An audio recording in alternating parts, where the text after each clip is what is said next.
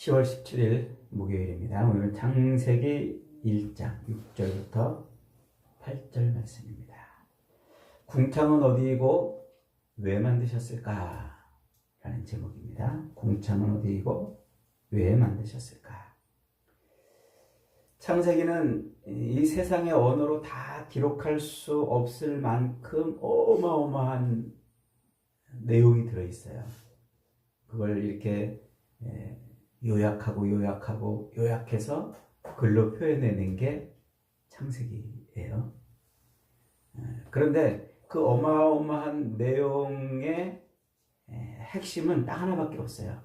예수 그리스도를 통한 구원.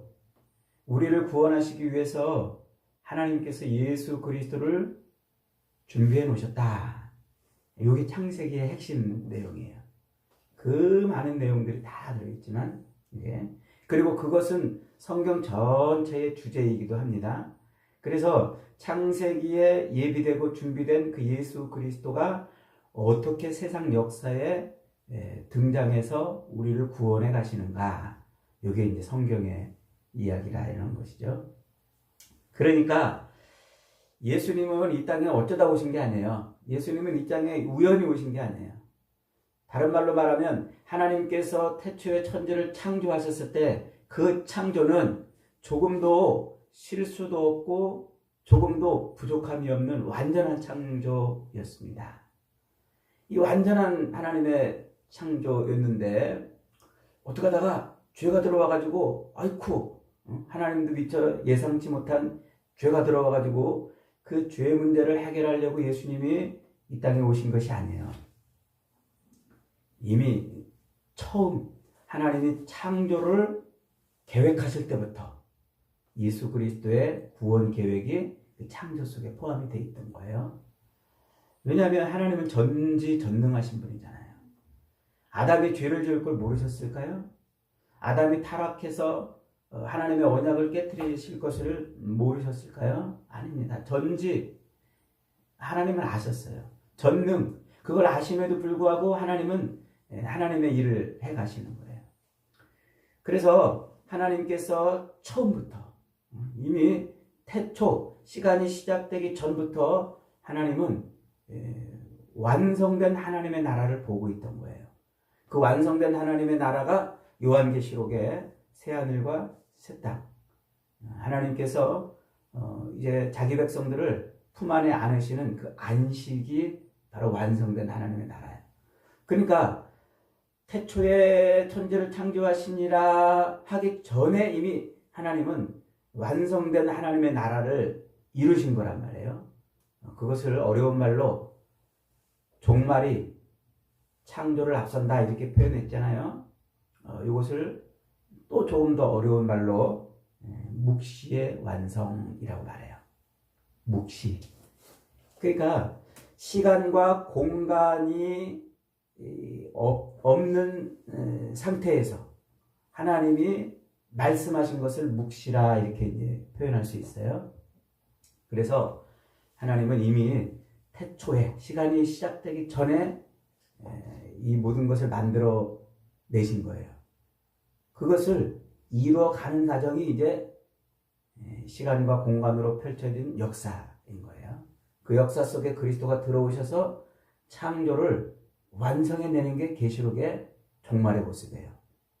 그게 여기에서 완성이 돼 있다는 거죠. 그래서 묵시의 완성이라고 이제 이렇게 표현을 하는 것입니다. 그러니까 예수님은 어쩌다가 이 세상에 오신 게 아니에요. 하나님이 완전한 창조를 했는데 갑자기 사탄이 갑자기 튀어나와가지고 하나님의 창조를 방해하고 회방해서 이렇게 예수님이 오실 수밖에 없었던 게 아니고 처음부터 예수님은 구원의 계획 속에 창조 속에 들어있었던 겁니다. 그걸 제가 창세기 강해를 통해서 지금 보여주려고 그런다고 그랬죠. 그럼 이제 궁금한 점이 생긴다고 그랬어요. 그러면 하나님 전지전능하신데 그 죄가 어디서 왔는지 그걸 모르신단 말이야? 그걸 막을 수 없으셨단 말이야? 그런 궁금한 점. 그건 사실은 신비에 속하는 일이에요. 죄가 어디서 왔는지 성경이 답하고 있지 않아요. 침묵하고 있어요. 죄의 양상은 여러 가지로 표현돼요. 사탄이 하나님을 배반하고 반역하는, 그래서 그 사탄의 꾀임에 빠져가지고 우리 인간도 하나님에게서 멀어지고 배반하고 반역하는 그런 죄의 양상은 성경에 자세하게 기록되어 있는데, 그 죄가 그럼 어디서 왔느냐? 이 출발, 시작은 침묵하고 있단 말이에요. 이것을 자꾸 알려고 할 필요는 없어요. 왜냐하면 우리가 삼위일체도 신비에 속하잖아요. 하나님이 삼위로 계신다는 거예요. 근데 어떻게 삼위로 계신지 설명하고 있지 않아요. 그냥 삼위로 계신 하나님이 나타나는 양상은 성경에 여러 군데 표현이 되지만 삼위일체 자체는 설명하고 있지 않아요. 그럼에도 불구하고 우리가 삼위일체를 머릿속으로 이성으로 이해할 수 없어도 납득을 해요. 믿음으로 납득을 한단 말이에요. 죄도 그래요. 하나님이 왜 죄가 있게 하셨는지를 모르지만 우리는 믿음으로 납득을 하는 거예요. 아, 하나님을 배반하는 게 죄구나. 하나님에게서 멀어지는 게 죄구나. 그래서 그 죄로부터 우리가 구별된 삶을 살아내야 되는 것이구나. 이게 이제 성경이 우리에게 말해주는 거란 말이에요. 그걸 오늘 6절로 8절에서 또 분명하게 볼 수가 있어요. 자, 다시 한번 6절로 8절 읽어봅니다. 하나님이 이르시되 물 가운데에 궁창이 있어 물과 물로 나뉘라 하시고, 하나님이 궁창을 만드사 궁창 아래의 물과 궁창 위의 물로 나누게 하시니 그대로 되니라. 하나님이 궁창을 하늘이라 부르시니라. 저녁이 되고 아침이 되니 이는 둘째 날이니라. 물 가운데 궁창이 있어라 이렇게 한 거예요. 그 물은 어디냐면은 2절에서 하나님의 신은 수면 위에 운행하시니라 할 때 그 수면이라고 표현되는 그 물이에요.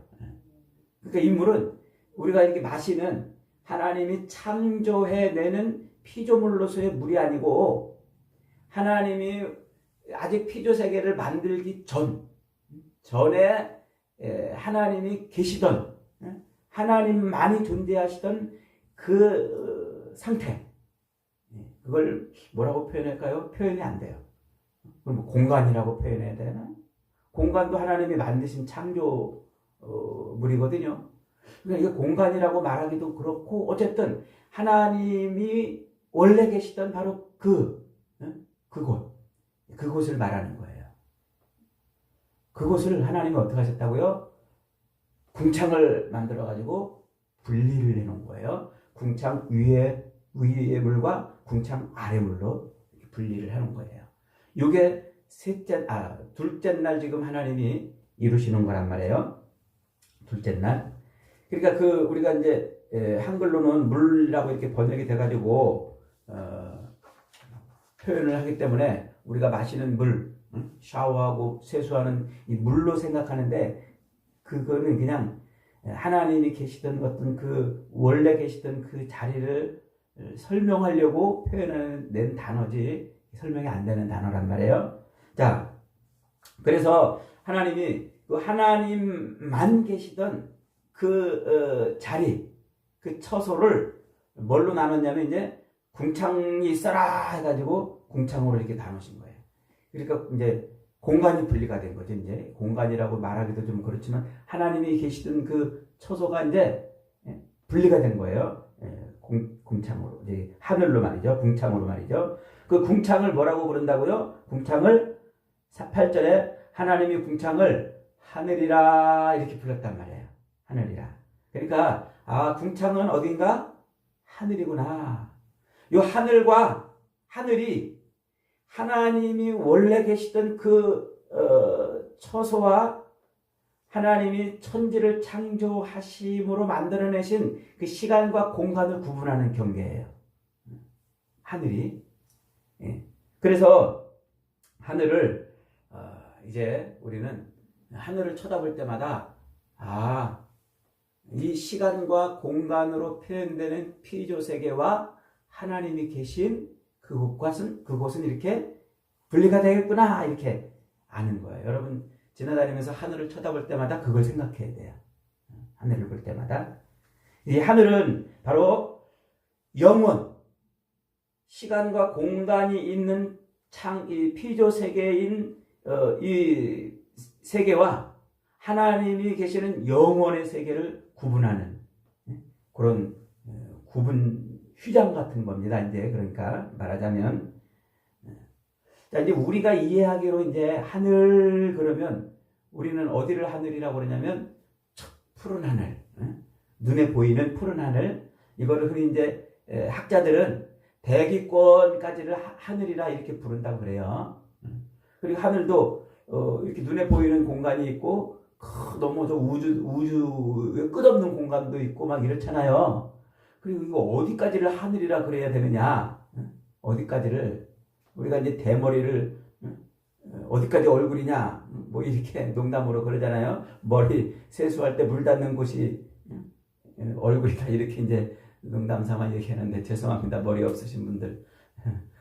이 하늘도 어디까지가 하늘이냐? 그래서 이제 학자들은 이 구절을 이제 볼 때 이제 해석할 때 눈에 보이는 대기권의 공간까지를 하늘이라 이렇게 이제 표현하고 그 너머는 이제 하늘이 아니다 이렇게 이제 표현을 해요. 그러나 그 눈에 보이지 않는 저 우주 거기도 역시 하나님이 만들어내신 피조 세계예요. 거기도 시간과 공간이 존재하는 피조 세계란 말이에요. 하나님은 그 이상의 시간과 공간이 없는 영원의 세계에 계신 거예요. 그렇게 하늘이 구분하는 거란 말이에요. 하늘이. 자, 그러면 도대체 그 하늘은 여기서 말하는 그 궁창 위의 물은 어디냐? 궁창 위의 물은 여기에 이제 대단히 중요합니다. 자, 다시 보세요. 궁창을 기준으로 시간과 공간이 존재하는 이곳을 피조 세계라 이렇게 말하고 궁창 위는 하나님의 영원한 처소라고 말하는 거란 말이에요. 자, 사도행전 1장에 가면은요, 예수님이 승천하시는 장면이 나와요. 1장 11절에 보니까 예수님이 이제 너희는 온천하에 다니면서 복음을 전하고 예루살렘과 온 유대와 사마리아와 땅끝까지 이르러 내 제자를 삼아라 하시고 승천하셨어요. 그리고 제자들이 이제 예수님이 하늘로 올라가시니까 멀뚱멀뚱 이제 예수님이 올라간 하늘만 쳐다보고 있었어요. 그랬더니 그 제자들 옆에 흰 옷 입은 두 사람, 천사겠죠? 흰 옷 입은 두 사람이 나타나가지고 이렇게 말해요. 제자들한테 이르되 갈릴리 사람들아 어찌하여 서서 하늘을 쳐다보느냐? 너희 가운데에서 하늘로 올라가신 이 예수는 하늘로 가심을 본 그대로 오리라 이렇게 말씀하세요. 그때 그 하늘은 어딜까요? 그냥 눈에 보이는 어딘가로 가신 겁니다. 가신 겁니까? 부활하신 예수님이 눈에 보이는 어딘가 저 구름 속 뒤에 계실까요? 아니면 대기권을 넘어서 저 우주 태양계 어디 우주 한 공간에 가 계실까요? 그게 아니죠. 우라노스라고 이렇게 표현하고 있는데 시간과 공간을 초월한 그곳으로 가신 거예요. 그곳이 어디예요? 그것이 영원 하나님의 처소였단 말이에요. 하나님의 처소. 시간과 공간으로 분리되어 있는 이 하늘을 넘어서 그 하나님이 계신 자리, 거기를 원래 있던 곳이라고 표현할 수 있어요. 누가 원래 있던 곳? 예수님이 시간과 공간 속으로 들어오시기 전에 계시던 곳란 말이에요. 그것을 이제 신학적 표현으로 통치자의 자리 이렇게 말합니다. 한번 따라해 봅시다. 통치자의 자리. 근데 예수님은 원래 있던 그 통치자의 자리에서 시간과 공간이 있는 이 피조 세계로 육신을 입고 내려오셨다가 다시 십자가에서 죽으시고 하나님의 뜻을 완성하신 다음에 다시 그 자리로 올라가신 거예요. 그 통치자의 자리. 하나님이 원래 있던 곳, 그곳이 하늘이고 하나님의 처소인 거예요. 그 장면을 사도 바울은 빌립보서 2장에서 이렇게 설명합니다. 빌립보서 2장 8절부터 제가 읽어봅니다. 사람의 모양으로 나타나사 자기를 낮추시고 죽기까지 복종하셨으니 곧 십자가에 죽으심이라. 이러므로 하나님이 그를 지극히 높여 모든 이름 위에 뛰어난 이름을 주사 하늘에 있는 자들과 땅에 있는 자들과 땅 아래에 있는 자들로 모든 무릎을 예수의 이름에 꿇게 하시고 모든 입으로 예수 그리스도를 주라 시인하여 하나님 아버지께 영광을 돌리게 하셨느니라. 그 예수님이 이 땅에 육신을 입고 영혼의 자리에서, 통치자의 자리에서 시간과 공간이 지배하는 피조세계로 들어오신 그 성육신, 그 육신을 입고 이 땅에 들어오셔서 그렇게 십자가에 달려 죽으셨다가 부활 승천하신 모습을 사도 바울은 빌립보서 2장에서 이렇게 말하는 거예요. 육신의 모양으로 나타나서 자기를 낮추시고 죽기까지 복종하셨으니. 누구한테 복종했을까요? 하나님 아버지께 복종한 거죠. 그래서 죽기까지 복종하셨으니 곧 십자가에 죽으심이라. 그러니까 십자가는 뭐였던 거예요? 하나님께서, 아버지 하나님께서 성자 예수를 육신을 입고 이 땅에 내려보내사 이루시려고 하셨던 중요한 사건이었던 거예요. 그 아버지 하나님의 뜻, 그 목적을 내려와서 이루어 내셨어요. 죽기까지 복종하시면서 이루어 내시고 그렇게 그 목적을 완성하니까 하나님이 그를 지극히 높여 하늘에 있는 자들과 땅에 있는 자들과 땅 아래에 있는 자들로 모든 무릎을 예수의 이름에 꿇게 하셨단 말이에요. 그래서 예수님이 다시 통치자의 자리, 그 하나님의 자리로 돌아가신 거예요. 그게 이 궁창, 하늘을 만들어 내시고 하나님께서 하시는 일이에요. 하시는 일. 그러니까 하나님은 천지를 창조하시고 곧 시간과 공간이 있는 이 만물이 존재하는 이 피조세계를 만들어 내시고 하나님의 그 창조의 목적을 이루시려고 아들을 육신의 모양으로 이 땅에 피조세계로 들어오게 하신 거예요. 그래서 이 시간과 공간이 펼쳐지는 이 역사 속에 예수님이 오셔서 십자가에 죽으시는 사건을 완성해 내시는 것이죠. 그러니까 이 궁창을 만들어 놓으신 이것은 어마어마하게 중요한 일을 지금 하시는 거예요. 하나님의 창조에 있어서 이 하나님은 일부러 시간과 공간의 이 피조 세계와 구별된 그런 장소로 하나님의 거하시는 곳과 피조 만물이 거하는 구별된 장소를 가르는 휘장 같은 역할을 하는 거란 말이에요. 그러니까 예수님은 첫 창조, 하나님이 천지 창조를 해놓고 에덴 동산을 만들어 놓고 아담과 하와를 만들어 놓고 그렇게 살게 하셨는데 그들이 실패해서 예수님이 갑자기 튀어들어오신 것이 아니고 이미 창조 때부터 예수님의 육신에 이 땅에 오시는 것은 설계가 돼 있는 거예요. 그것을 하나님의 작정이라고 말한다고 그랬죠? 하나님의 작정 가운데 이미 그게 있었던 거예요. 하나님은 아들을 이 땅에 보내시고 그를 통해서 십자가 사역을 이루시는 거예요. 자, 그러면 이제 요렇게 몇 번 이런 관점으로 성경을 읽다 보면 이 땅 인생은 이 피조 세계는 하나님이 우리를 하나님의 자리, 하나님과 연합되는 그 안식의 자리로 들어오게 하시려고 하는 아주 중요한 공간이었구나. 이걸 알 수가 있어요. 뒤에 가면 이제 그게 명확히 드러나요. 그러니까 우리가 이 땅에서 엄마 뱃속에서 응애하고 태어나서 이 역사, 시간과 공간이 지배하는 이 역사를 살아가는 인생을 사는 것은 이게 하나님이 뭐 하시는 거예요? 하나님과 함께하는 그 자리까지 우리를 끌고 가시기 위한 아주 중요한 토대란 말이에요. 그러니까 우리는 이 땅을 사는 동안, 이 육신으로 있는 동안 뭐 해야 돼요? 두 가지를 꼭 이루어야 돼요. 하나는 예수 그리스도를 내 입으로 고백해야 돼요. 또 하나는 그리스도를 내가 품고 있기에 그 하늘의 세계의 삶을 여기서 자꾸 살아가는 거예요. 그걸 거룩이라 이렇게 말해요. 거룩이라. 자, 좀 더 설명해 봅니다.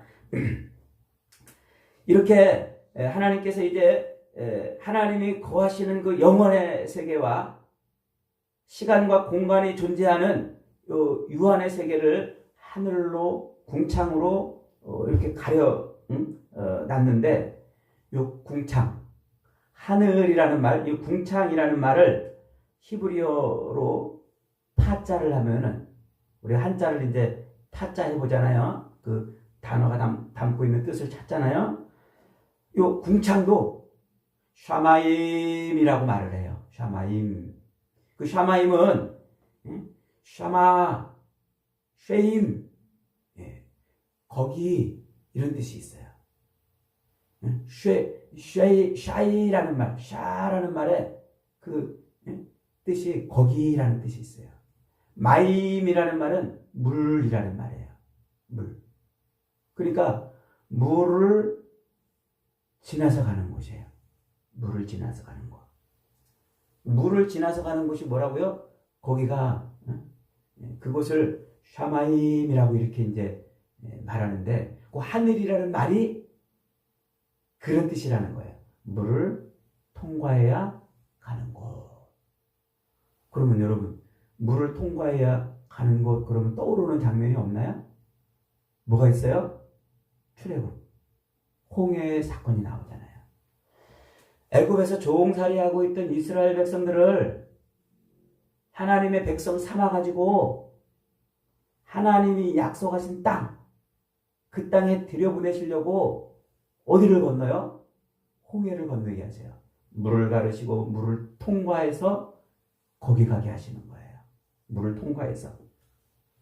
그 장면을 사도 바울은 이렇게 해석해 줍니다. 고린도전서 1장에서, 고린도전서 10장에서, 형제들아, 나는 너희가 알지 못하기를 원하지 아니하노니 우리 조상들이 다 구름 아래에 있고 바다 가운데로 지나며 모세에게 속하여 다 구름과 바다에서 세례를 받았다.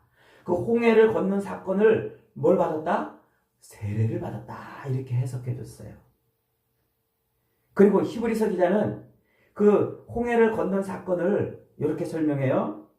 29절에 믿음으로 그들은 11장 29절입니다. 믿음으로 그들은 홍해를 육지같이 건넜으나 애굽 사람들은 이것을 시험하다가 빠져 죽었다. 그러니까 이스라엘 백성들이 그 홍해를 건넌 사건을 뭐라고 보이냐면 믿음으로 건넜다 이렇게 말해요. 그러니까 그 물을 건너가는 그것은 믿음으로만 건너가는 거예요. 그리고 물을 건너야만 하나님의 정해주신 땅에 가는 거예요. 물을 건너야만. 이렇게 하나님이 자기 백성들을 끌어가는 곳은 물을 거쳐가는 곳이죠. 그리고 물을 거쳐가는 그곳은 믿음 아니면 갈 수 없는 곳이에요. 믿음으로 밖에는 갈 수 없는 거예요. 그래서 예수님께서 요한복음 3장에서 이렇게 말씀하셔요. 니고데모에게 예수님이 대답하여 예수께서 대답하시되 진실로 진실로 내게 이르노니 사람이 물과 성령으로 거듭나지 아니하면 하나님 나라에 들어갈 수 없느니라. 뭘로 거듭나지 않으면? 물과 성령으로 거듭나지 않으면 그래요. 그러니까 오늘 본문의 궁창, 하늘은 시공과 영혼의 세계를 가르는 경계이면서 동시에 이 시간과 공간 속에 있던 인간들, 그 인간들이 거룩하신 하나님 앞에 가기 위해서 반드시 거쳐야 되는 곳이에요. 거쳐야 되는 곳. 그것이 바로 하나님께 가는 방법이에요.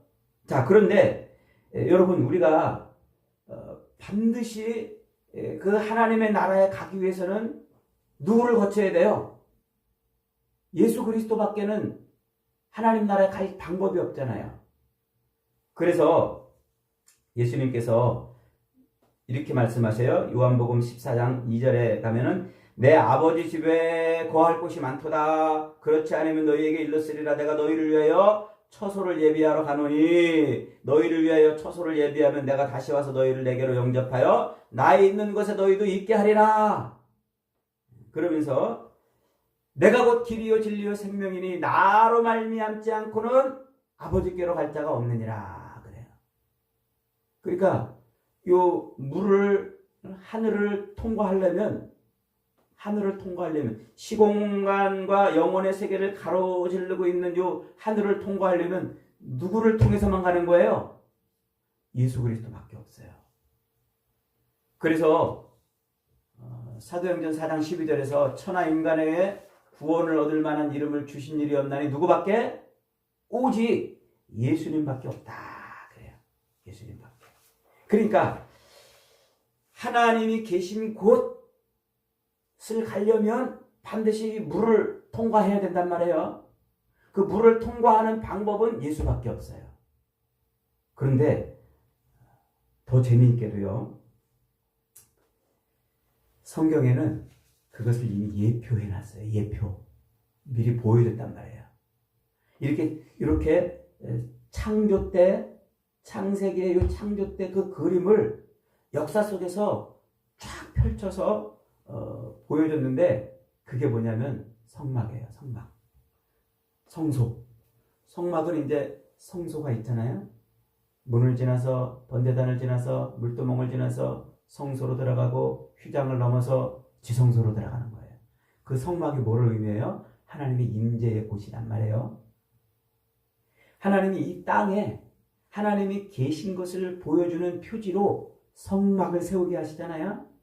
그 성막의 그 성소 안으로 들어가기 직전에 그 성소 앞에 뭐가 있어요? 물두멍이 있단 말이에요. 물두멍. 이 물두멍을 하나님은 모세에게 야 모세야 너 성막을 만들어라 그러고 성막을 쫙 만드니까 물두멍도 만들어라 그러고 물두멍 앞에서 반드시 제사장이 그 성소에 들어가기 전에 수족을 씻으라고 이렇게 말해요. 수족을 씻으라. 그래서 출애굽기 30장 17절로 21절에 보면 여호와께서 모세에게 말씀하시되 너는 물두멍을 노수로 만들고 또 받침도 노수로 만들어 씻게 하되 그것을 회막과 제단 사이에 두고 그 속에 물을 담으라. 아론과 그의 아들들이 그 두멍에서 수족을 씻되 그들은 회막에 들어갈 때에 물로 씻어 죽기를 면할 것이요 제단 가까이 가서 직분을 행하여 여호와 앞에 화제를 살을 때에도 그리할지니라. 이와 같이 그들이 그 수족을 씻어 죽기를 면할지니 이는 그와 그의 자손 대대로 이어질 규례니라. 그러니까 성소에 들어가려면 그 물두멍을 통과해야 되는데 그 물두멍에서 수족을 닦는 일은 아론 시대, 모세 시대에 끝나는 것이 아니라 대대로 이어진단 말이에요. 대대로. 재미있게도요. 이 궁창, 하늘이라고 번역된 이 궁창이라는 말 히브리어 말로는 라카이라고 그래요. 라카라고 이렇게 발음해요. 라카. 요 말은 두들겨가지고 넓게 편 판 이런 뜻이 있어요. 두들겨가지고 넓게 편 판. 여러분 성막을 만들 때 두들겨가지고 넓게 편 판이 뭐예요? 그게 물두멍이에요. 이렇게 세숫대야처럼 두들겨가지고 노스를 두들겨가지고 축축축축축 밀려가지고 이렇게 둥그렇게 만들어낸 것. 그게 물두멍이란 말이에요. 그 물두멍을 두들겨서 편 그 판을 하나님이 계신 성소 앞에 두고 그 성소로 들어갈 때는 반드시 손발을 씻고 들어가라 이렇게 말해요. 그것이 뭐예요? 그것이 성전이에요. 성전. 그 성전이 구약시대에 있던 그 성전이 누구를 예표하는 거였어요? 신약시대의 예수님을 예표하는 거라고 그러잖아요. 그래서 예수님이 요한복음 2장에 오셔가지고 너희가 이 성전을 헐어버려라. 내가 사흘 만에 다시 세우리라. 그러니까 유대인들이 깜짝 놀랐어요. 야, 이게 46년 동안 지었던 건데 네가 어떻게 사흘 만에 세우냐? 그러니까 제자들이 거기다 토를 달아놨어요. 해석을 달아놨어요. 이는 자기 육체를 가리킵니다. 그러니까 그 성전은 뭐예요? 곧 하나님의 처소란 말이에요. 하나님이 거하시는 처소. 그 하나님이 거하시는 처소에 들어가려면 누구를 통해서 들어가는 거예요? 예수 그리스도. 그리스도의 그 죽으심, 그 희생의 피를 통해서만 들어갈 수가 있어요. 그러니까 하나님은 시간과 공간에 갇혀있는 우리로 영원한 하나님의 자리인 그곳에 가게 하기 위해서 하나님은 그리스도 예수를 이 땅에 보내시고 그 그리스도를 통해서 들어간다 하는 사실을 구약 성경에 많이 이렇게 미리 예표를 해놓은 것입니다. 그리고는 예수님이 이 땅에 오셔서 십자가에서 죽으시고 우리를 그 하나님의 처소로 들어가게 하기 위한 길을 내시고 그리고 우리로 처소에 들어가게 하셔요. 그것을 고린도전서 3장에서 사도 바울은 이렇게 해석해줘요. 고린도전서 3장 16절에 너희가 하나님의 성전인 것과 하나님의 성령이 너희 안에 계시는 것을 알지 못하느냐? 누구든지 하나님의 성전을 더럽히면 하나님이 그 사람을 멸하시리라. 하나님의 성전은 거룩하니 너희도 그러하니라. 이게 지금 둘째 날 하나님께서 궁창을 만들어 두신 이유입니다. 구별이죠. 구별. 거룩한 거예요. 거룩한 거.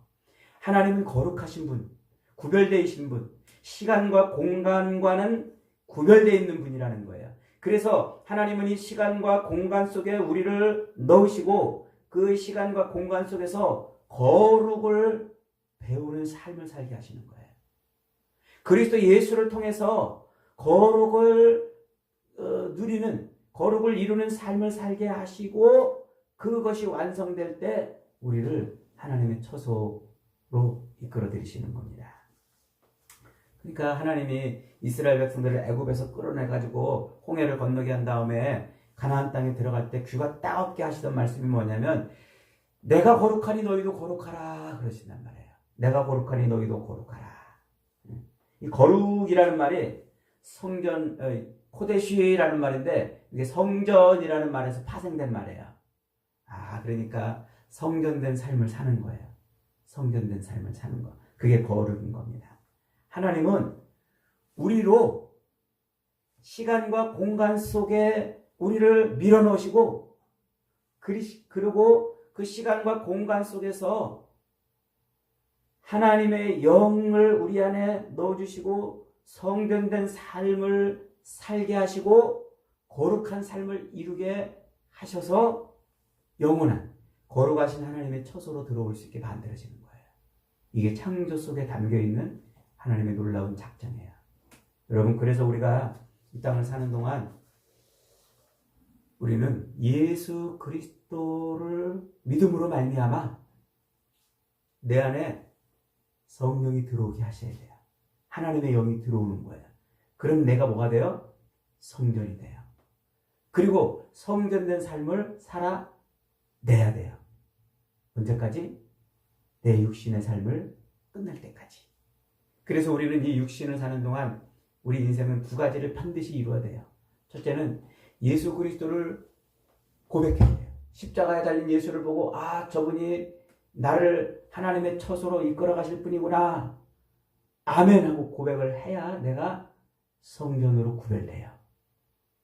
그리고 이 육신을 입고 있는 동안 성전으로 구별된 우리가 거룩한 삶을 그리스도로 말미암아 그리스도를 좇으며 그리스도와 함께 거룩한 삶을 살아내면 그럴 때 우리는 하나님의 안식에 들어가는 거예요. 이게 창조 속에 담겨있는 우리 구원의 그림입니다. 여러분, 예수님을 놓치지 마세요. 예수님을 자꾸 고백하세요. 그리고 예수가 내 안에 들어왔다면 내 안에 들어온 그 예수를 따라서 우리는 세상과 구별된 삶을 살아야 돼요. 그것이 오늘 저와 여러분이 육신에 있는 동안, 시간과 공간의 삶을 사는 동안 이루어 내야 되는 것입니다. 그럴 때 우리는 하나님의 처소에 들어갈 수 있는 겁니다. 이 놀라운 약속, 그리고 이 놀라운 은혜를 잊어버리지 말고 빼앗기지도 말고 날마다 이룰 수 있는 저와 여러분이 되시기를 주님의 이름으로 축복합니다. 아멘.